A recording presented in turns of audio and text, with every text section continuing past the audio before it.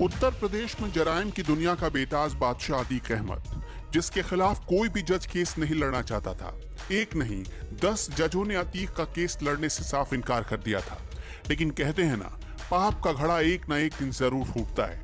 इलाहाबाद और पूर्वांचल में ठेका, खनन पट्टे और जमीन माफिया के कैरेक्टर का कॉकटेल बन गया था अतीक अहमद।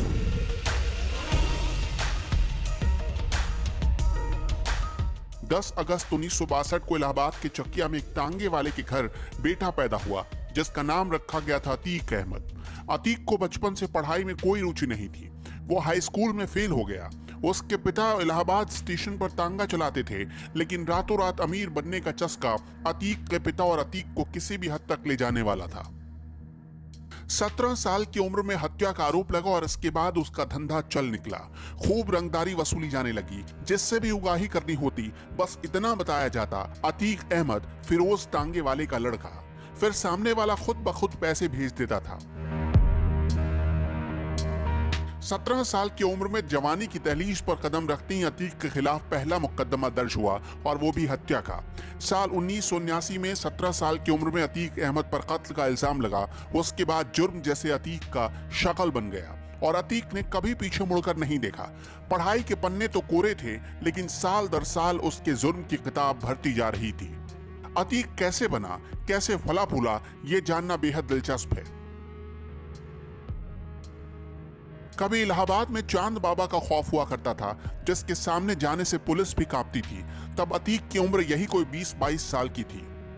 पुलिस चांद बाबा के खौफ को खत्म करना चाहती थी, इसलिए अतीक को सियासी और पुलिसिया दोनों शह मिले। 1986 आते आते अतीक गैंग खूंखार हो चुका था, चांद बाबा के गैंग से भी ज्यादा खूंखार। फिर एक दिन अतीक को पुलिस उठाकर ले गई। तब उत्तर प्रदेश में वीर बहादुर सिंह की सरकार थी और दिल्ली में प्रधानमंत्री थे राजीव गांधी। दिल्ली से अचानक फोन आया और पुलिस अतीक को घर तक छोड़ गई। अतीक ने चांद बाबा के गैंग को एक एक करके खत्म कर दिया।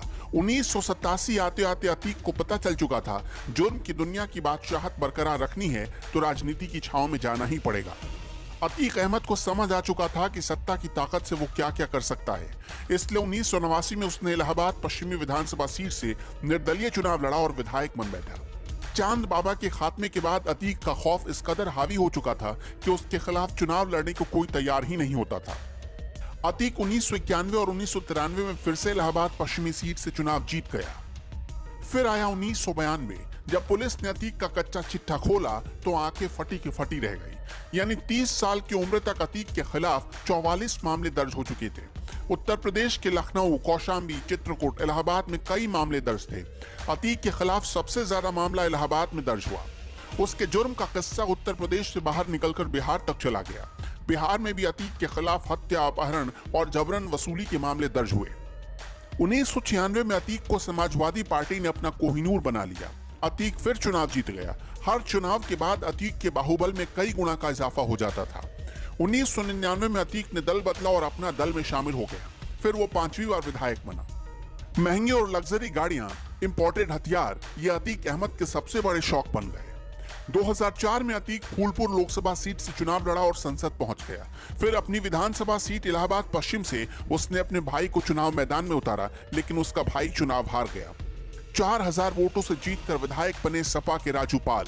राजू कभी अतीक का दाहिना हाथ हुआ करता था। अतीक अपने भाई की हार से बौखला गया। उसने 25 जनवरी 2005 को राजू पाल को 19 गोलियों से भून डाला। इसके बाद से ही अतीक के बुरे दिन शुरू हो गए।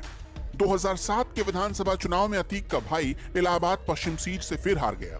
समाजवादी पार्टी ने अतीक को बाहर कर दिया और अतीक के खिलाफ तत्कालीन मायावती की सरकार ने ऑपरेशन अतीक शुरू किया।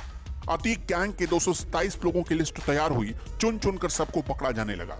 1986 से 2007 तक अतीक पर 1 दर्जन से ज्यादा केवल गैंगस्टर एक्ट के तहत मामले दर्ज किए गए। 2 महीने के भीतर अतीक पर इलाहाबाद में 9, कौशाम्बी और चित्रकूट में एक मुकदमा दर्ज हुआ।